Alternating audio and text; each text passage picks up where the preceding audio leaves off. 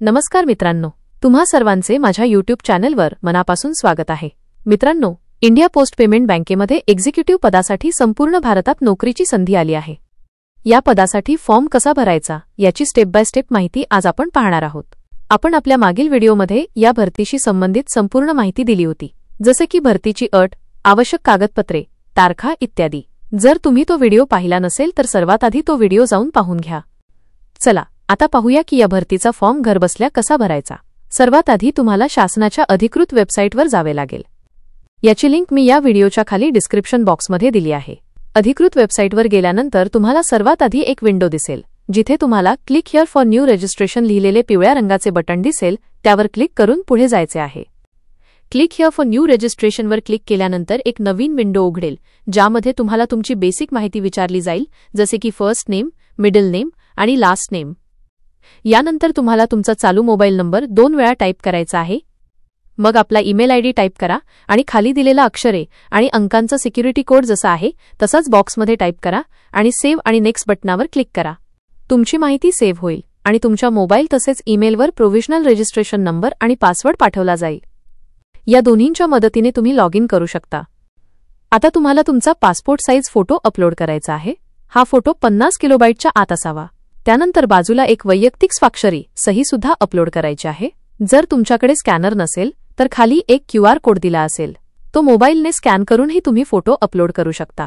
लक्षात ठेवा, तुम्हाला दोन्ही फोटो अपलोड करणे आवश्यक आहे।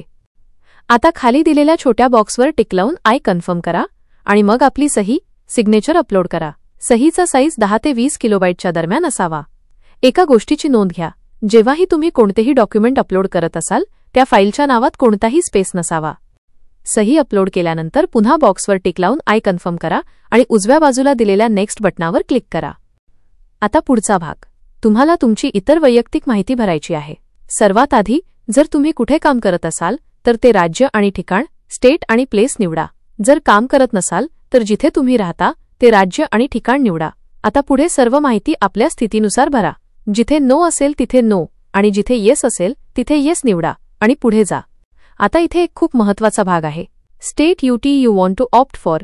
इथे तुम्हाला निवडायचे आहे की तुम्हाला कोणत्या राज्यात काम करायचे आहे। त्याखाली बँकिंग आउटलेटचा ऑप्शन असेल। जिथे तुम्हाला काम करायचे आहे ते ठिकाण निवडा।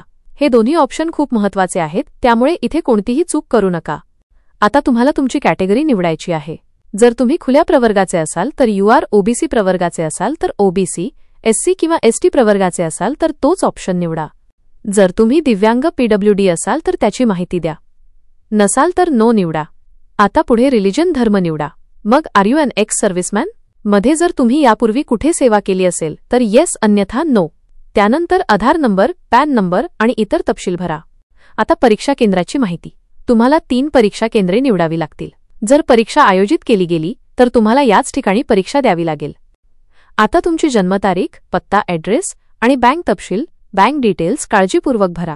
मग खाली तुम्हाला ॲप्लिकेशन फीची माहिती दिसेल। आता व्हॅलिडेट युअर डिटेल्सवर क्लिक करा, मग सेव्ह आणि नेक्स्ट करा। आता पुढचा भाग शैक्षणिक माहिती, एज्युकेशनल डिटेल्स भरायची आहे। ही भरती ग्रॅज्युएशन आधारित आहे, त्यामुळे तिथे ग्रॅज्युएशन लिहिलेले दिसेल। तुम्हाला सांगायचे आहे की तुम्ही कोणती पदवी घेतली आहे, युनिव्हर्सिटीचे नाव, डेट ऑफ पासिंग आणि पर्सेंटेज भरायचे आहे। लक्षात ठेवा, टक्केवारी तीच लिहा जी तुमच्या गुणपत्रिकेत आहे। जर तुम्ही पोस्ट ग्रॅज्युएशन केले असेल तर त्याची माहिती द्या किंवा रिकामा सोडू शकता। मग खाली आपल्या भाषेचे ज्ञान, लँग्वेजेस नोन याची माहिती द्या। रीड, राईट, स्पीकनुसार टिक करा। आता पुन्हा व्हॅलिडेट युअर डिटेल्स आणि सेव्ह आणि नेक्स्टवर क्लिक करा। आता तुमची संपूर्ण माहिती स्क्रीनवर दिसेल, ती काळजीपूर्वक तपासा। खाली दिलेल्या आय अग्री बॉक्सवर टिक करा, सिक्युरिटी कोड टाईप करा आणि कंप्लीट रजिस्ट्रेशनवर क्लिक करा। आता नवीन विंडो उघडेल। इथे तुम्हाला डाव्या अंगठ्याचा ठसा, लेफ्ट थंब इम्प्रेशन अपलोड करायचा आहे 100 किलोबाईटच्या आत। मग हँडरिटन डिक्लेरेशन अपलोड करायचे आहे।